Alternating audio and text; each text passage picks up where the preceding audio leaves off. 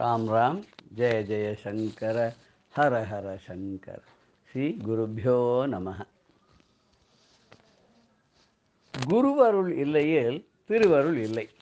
இது நிச்சயம்.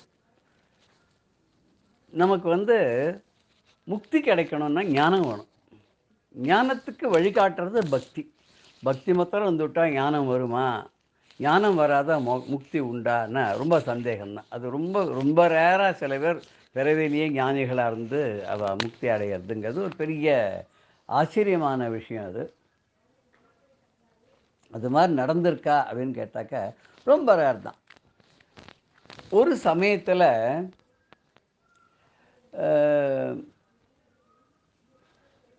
இதில் வடநாட்டில், அதாவது இது நடந்தது மகாராஷ்டிரா தேசம் அப்படின்னு சொல்லலாம். அந்த மகாராஷ்டிரா தேசத்தில் எப்பவுமே பக்தி ரொம்ப மகாராஷ்டிராவில் ரொம்ப ஜாஸ்தி. சொல்வா தமிழ்நாட்டு பக்கத்தில் தான் பக்தி ஆரம்பமாச்சு, கர்நாடகாவில் வளர்ந்தது, அப்புறம் மகாராஷ்டிராவில் தான் அது ரொம்ப செழித்து பிரமாதமாக இருந்தது. இன்றைக்கி நம்ம பார்த்தா பக்த விஜயம் அப்படின்னு எடுத்துட்டோம்னா அளவுக்கு அதிகமான கணக்கில் அடங்காத பக்தர்கள் தான் அங்கே இருந்திருக்கா. அங்கே மகாராஷ்டிராவில் பக்கத்தில் போயிட்டாக்கா ரெண்டு ரொம்ப முக்கியமாக இது. ஒன்று பண்டரிபுரம், பாண்டுரங்கனுடைய க்ஷேத்திரம். ரெண்டாவது ஷீரடி சாய்பாபாவுடைய க்ஷேத்திரம். ஷீரடி சாய்பாபாவுடைய பக்தர்களும் நாடு முழுக்க இருப்பார், பாண்டுரங்க பக்தர்களும் நாடு முழுக்க இருப்பார். பஜனை பந்தத்திலே பார்த்தா பாண்டுரங்கனுக்கு தனியான ஒரு இடம் உண்டு. அந்த பாண்டுரங்க விட்டல் அதுவும் நம்ம தமிழ்நாட்டிலேயும் ஒரு பெரிய பாண்டுரங்கன் கோவில் இருக்குது. உங்கள் எல்லாருக்கும் தெரிஞ்சிருக்கும். கோவிந்தபுரம் அப்படிங்கிற ஊர், கும்பகோணத்துலேருந்து மாயவரத்துக்கு போகிற வழியில். அங்கே விட்டல்தாஸ் மகாராஜ், ஜெயகிருஷ்ண தீட்சிதர், அவர் பெரிய கோவில் கேட்டிருக்கார். பாண்டுரங்கன் 150 அடி உயரத்துக்கு கோவில் கேட்டிருக்கார். பாண்டுரங்கனுக்கு ஒரு குமாயி ரெண்டு பேரும் சேர்த்து அங்கே நீங்கள் பார்க்கலாம். பண்டரிபுரத்தில் கூட தனித்தனியாக தான் இருக்கும் சன்னதி, இங்கே சேர்ந்தே பார்க்கலாம். அழகோ அழகு, கொள்ளை அழகு. எத்தனை ஒரு கோசாலை, வேத பாடசாலை என்ன, அது மாதம் ஒரு நாள் ஒரு உற்சவங்கள் என்ன, அப்படி அங்கே பாண்டுரங்கனுக்கு நடக்கக்கூடிய இது. இப்போ பண்டரிபுரத்தினுடைய பாண்டுரங்கனை பற்றி அங்கேருந்து தானே பாண்டுரங்கன் நிறைய இடங்களுக்கெல்லாம் வந்திருக்காரு இல்லையா? அந்த பண்டரிபுரத்தில் இருக்கக்கூடிய பாண்டுரங்கனை பற்றி நம்ம கொஞ்சம் இப்போ தெரிஞ்சுக்கலாம். ஒரு வேடிக்கையான சில விஷயங்களோடு சேர்ந்துக்கலாம். பண்டரிபுரம்னு முதல்ல பேர் கிடையாது, அதுக்கு வேறு ஏதோ பேர் தான் இருந்திருக்கு. இது கிருஷ்ணன் துவாரக்கையில் இருந்த காலம் அப்படின்னு சொல்கிறார். ஒரு சமயம் நாரதர் கிருஷ்ணரை போய் பார்க்க போயிருக்கார். பக்தியிலேயே சிறந்தவா யாரும் இன்னும் பக்தி இருக்கா? திரௌபதி மாதிரி அப்படிலாம் யாராவது இருக்காளா? குச்சேலர் மாதிரி பக்தி பண்ணுறவாள்லாம் இருக்காளா அப்படின்னு கேட்கும்போது நாரதர் சொல்கிறார், ஏன் இல்லாத, நீ இந்த மாதிரி ஒரு இடம் இருக்குது, அந்த இடத்துக்கு போய் பாரு, அங்கே பார்த்தா நீயே ரொம்ப ஆச்சரியப்படுவேன், அங்கே போய் பாரு அப்படின்னு. கிருஷ்ணன் அங்கேருந்து அந்த இடத்துக்கு வரார். மகாராஷ்டிராவில் அந்த இடத்துக்கு வரார், ரங்கனாக வரார். அதுக்கு முன்னாடி ஒரு விஷயத்த நம்ம தெரிஞ்சுப்போம். என்னன்னா, ஒரு அந்தண சிறுவன், வயசான அப்பா அம்மா, அவனுக்கு ஒரு அழகான மனைவி, குழந்தைகள். அப்பா அம்மாவை அவன் கவனிக்கிறதே கிடையாது. அப்பா அம்மாவுக்கு எதுவும் செய்கிறது கிடையாது. தன் குடும்பம், தன் மனைவி, தன் குழந்தைகள், அவளுடைய சௌகரியங்கள், வசதிகள், இதுதான் அவனுக்கு. ஒரு சமயம் என்ன பண்ணுறான்னா, பொண்டாட்டி குழந்தைகளை அழைச்சிட்டு ஜம்முன்னு ஒரு குதிரை மேலேயோ யானை மேலேயோ க்ஷேத்ராடனத்துக்கு போகிறான். அப்பா அம்மாவை கவனிக்காத விட்டுட்டு போயிடுறான். போகிற வழியில் நிறைய அப்படி போயிட்டு இருந்துச்சு. ஒரு சமயத்தில் இருட்டு ஆகிடுறது. அங்கே பார்த்தா ஒரு காடு, அங்கே ஒரு ஆசிரமம் மாதிரி ஒன்று இருக்குது, குடிசை மாதிரி இருக்குது. இவன் என்ன பண்ணுறான்னு, கொண்டு போன அந்த குதிரை எங்கள் மரத்தில் கட்டிவிட்டு அங்கே நின்றுட்டுருக்கான். அங்கே அப்படி என்ன பண்ணுறது, எப்படி ராத்திரி தங்கிறது அப்படின்னு பார்த்துட்டுருக்கான்.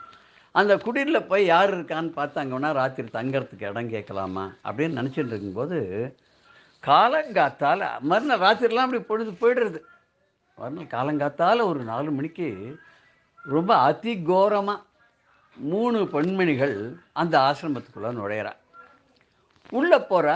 ஒரு அரை மணி நேரம் கழித்து வாசலுக்கு வாசல் தெளிக்கிறா. ஒருத்தி வாசல் தெளிக்கிறா, ஒருத்தி கோலம் போடுறா, ஒருத்தி பூ பறிக்கிறா, ஒருத்தி இப்படி ஒருத்தர் ஒரு வேலை செஞ்சு எல்லாம் பண்ணுறா உள்ள. இவன் ரொம்ப ஆச்சரியமாக பார்க்குறான். பார்க்கும்போது முதல்ல அவள் உள்ளே வந்தபோது ரொம்ப கோரமாக இருந்தா, லவலேசம் அழகு இல்லாத, கருத்து போய் ஏதோ மகா பாபம் பண்ணவ மாதிரி இருக்கா. திருப்பி அவள் எல்லாத்தையும் முடிச்சுட்டு எல்லா இதுவும் பண்ணி உள்ளுக்குள்ளே யார்ட்டையோ அவரை சொல்லிட்டு அவள் வெளியில் கிளம்பும்போது பார்த்தா தேவதைகள் மாதிரி இருக்கா. இவன் நேராக அவளை கூப்பிட்டு நேராக போய் கூப்பிட்டு கேட்குறான், நீங்கள்லாம் யார்? நீங்கள் கொஞ்சம் ஒரு மணி நேரம் முன்னாடி நீங்கள் தானே உள்ளே போனேன் இல்லையா?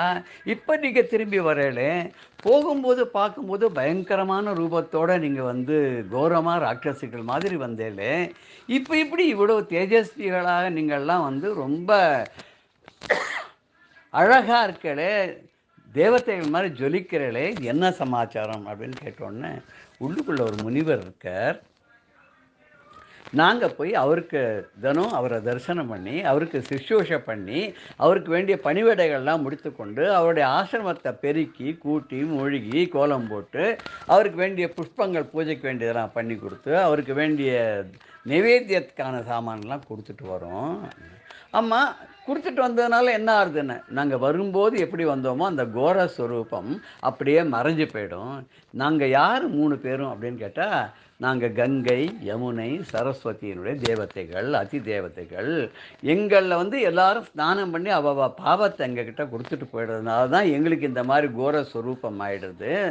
தினம் அதிகாலை மறுநாளைக்கு பிரம்ம முகூர்த்தத்தால் நாங்கள் வந்து இவருக்கு பணிவிடை பண்ணிவிட்டு இவருடைய ஆசையோடு நாங்கள் வெளியில் வரும்போது பழையபடியாக ஆயிடுறோன்னு.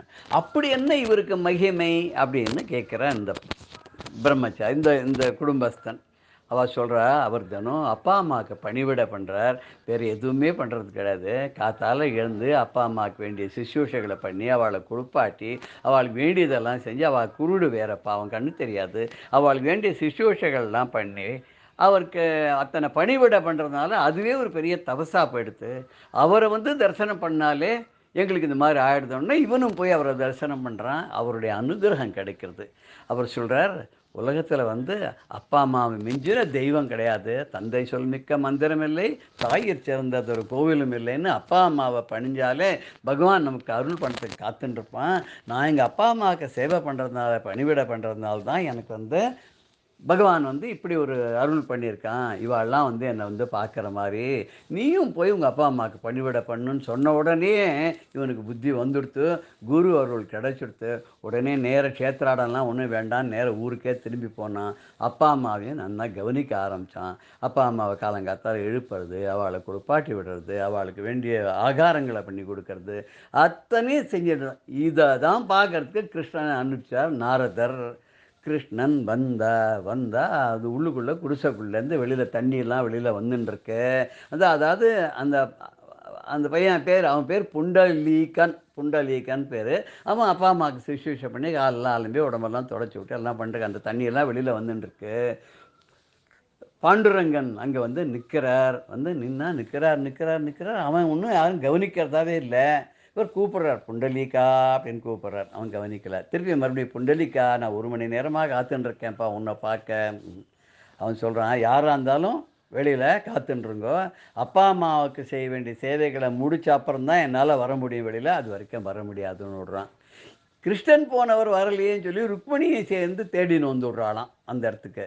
அப்போது நான் எத்தனை நேரம்ப்பா அந்த சேத்துல நான் நிற்கிறது அப்படின்னு பாண்டுரங்கன் கேட்டோன்னே 2 செங்கலை தூக்கி போடுறாங்க. விட்டல் அப்படின்னு சொன்னால் செங்கல்னு அர்த்தமா. அந்த செங்கல் மேலே வந்து நீ நின்றுக்கோ, தண்ணியில் நிற்க வேண்டாம் அப்படின்னு செங்கல் மேலே ஏறி நின்னாலாம். அந்த பாண்டுரங்கன் செங்கல் மேலே நின்னதுனால தான் அவனுக்கு விட்டல பாண்டுரங்கன் பேர் வந்ததும்பா.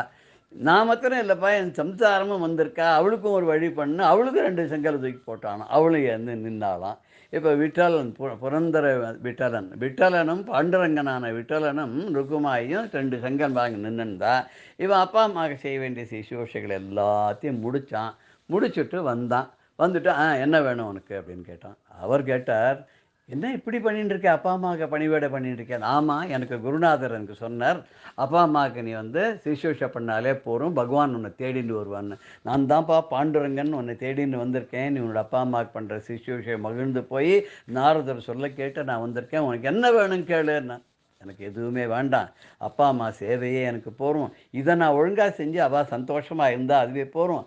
அப்படி உனக்கு ஏதாவது எனக்கு செய்யணும்னு தோணித்துன்னா நீ இங்கேருந்து திருப்பி துவாரகைக்கு போகிற இல்லையா, இந்த இடத்துல நீ இந்த சந்திரபாகா நதி, பீமா நதின்னு பேர் அதுக்கு. அங்கே பீமா நதி கரையில் தான் இந்த ஒரு குடித்தலில் இவன் வந்து இந்த புண்டலீகன் அப்பா அம்மா பார்த்துன்னு இருக்கான். இந்த பீமா நதி கரையிலேயே நீ ஒரு அர்ச்சாவதார மூர்த்தியாக நீங்க 2 பேரும் இருக்க வேண்டும் அப்படின்னு கெஞ்சி கேட்டுக்கிறான். கேட்டுட்டோன்னா பாண்டுரங்கன் அங்க தன்னுடைய சிலாரூபமான ஒரு அர்ச்சாவதார மூர்த்தியை அங்கே விட்டுவிட்டு இவனுக்கு அருள் பண்ணிவிட்டு சென்றார் அப்படின்னு சொல்லுவா. அப்பா அம்மாவுக்காக இந்த புண்டலீகன் வேண்டின்றதுனால அந்த பீமா நதியை வந்து அந்த இடத்துல மாத்திரம் வளைஞ்சு போகிற மாதிரி பாண்டுரங்கன் வந்து அனுகிரகம் பண்ணானாம். அதனால் எப்படி சந்திரகலை மாதிரி வளைஞ்சு இந்த ஆசிரமம் வரைக்கும் புண்டலீகனுடைய அப்பா அம்மா இருந்த இடம் வரைக்கும் வந்ததுனால அதுக்கு சந்திரபாகா நதின்னு சொல்லி கூட பேர். அந்த சந்திரபாகா நதியோட கரையில் தான் அந்த புண்டலீகனுக்கு இன்றைக்கும் தனியாக ஒரு சின்னதாக ஒரு புண்டலீகனுடைய இடம்னு ஒன்று இருக்குது.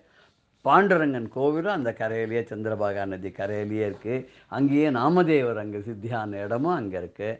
அங்கே நாமதேவருடைய அடுத்த அவதாரமான துக்காராம் சுவாமிகளாக இருந்து அவர் அப்படியே சரீரத்தோட விமானத்தில் போனதெல்லாம் அங்கே நிறைய நிகழ்வுகள்லாம் நடந்திருக்கு. அதெல்லாம் பின்னாடி நம்ம விரிவாக நம்ம பார்க்க போகிறோம். இப்போ இன்னைக்கு புண்டலீகனுடைய ஒரு பெருமையினால் அவன் பேரில் அந்த புண்டலீகபுரம்ங்கிறது தான் பாண்டுரங்க, அது வந்து பண்டரிபுரம்னு மாறிடுது. அந்த பண்டரிபுரத்தில் இருக்கக்கூடிய பாண்டுரங்கனுக்கு தான் விட்டலன்னு பேர். அந்த விட்டலன் தான் புரந்தரதாசர்லேருந்து எல்லாரும் பாடியிருக்கா. புரந்தர விட்டல அப்படின்னு சொல்லிட்டு அந்த முத்திரையோட புரந்தரதாசர் பாடியிருக்கார். விட்டலனை பாடின புரந்தரதாசர் புரந்தர விட்டலன்ற முத்திரையை வச்சு பாடியிருக்கான்னு கூட நம்ம பார்த்தோம். அப்பேற்பட்ட பாண்டுரங்கன் கலியுக வரதனாக எத்தனை பேருக்கு கோரா கும்பருக்கு, அப்புறம் வந்து சக்குபாய்க்கு, அப்புறம் வந்து கபீர்தாசருக்கு, நாமதேவருக்கு, துக்காராமுக்கு, கூர்மதாசருக்கு, இப்படி சொல்லிகிட்டே போகலாம். நிறைய ஜனாபாய்க்கு, முக்தாபாய்க்கு, ஞானேஸ்வரருக்குன்னு ஒத்தொத்தருக்கும் பக்தர்களுக்கு எல்லாருக்கும் எப்படி இப்படிலாம் அனுகிரகம் பண்ணா அப்படிங்கிறது அது பெரிய சரித்திரம். ஒத்தொத்தருக்கும் பண்ணது அது பக்த விஜயத்தில் நம்ம பார்த்தோன்னு கிட்டத்தட்ட 100 பக்தாளுக்கு மேலே இருக்குது. இல்லை ரொம்ப வேடிக்கை என்னன்னு பார்த்தா அத்தனை பக்தர்களும் வந்து நம்ம தமிழ்நாட்டிலலாம் சொல்வாள் அந்த காலத்தில் அவள்லாம் கோவிலுக்குள்ளே விட மாட்டான்னு. அப்படிப்பட்டவர்களுக்கெல்லாம் கூட ஒரு நாவிதருக்கு, ஒரு சலவத் தொழிலாளருக்கு, ஒரு பானை பண்ணுறவருக்கு, இத்தனை பேருக்கும் அந்த பாண்டுரங்கன் அனுகிரகம் பண்ணியிருக்கான். ஏன்னா அத்தனை பேருக்கும் குரு அருள் இருந்ததுனால அந்த திருவனுடைய அருளும் கிடைத்தது என்பது தான் இது ரொம்ப விசேஷமாக நம்ம கவனிக்க வேண்டிய ஒரு செய்தியாகும். மேலும் பல பாண்டுரங்க பக்தர்களை பற்றியும் குரு அருளை பற்றியும் நம்ம விவரமாக வருகிற வாரங்களில் பார்க்கலாம். ஜெய ஜெய சங்கர ஹர ஹர சங்கர. ஸ்ரீ குருபியோ நம.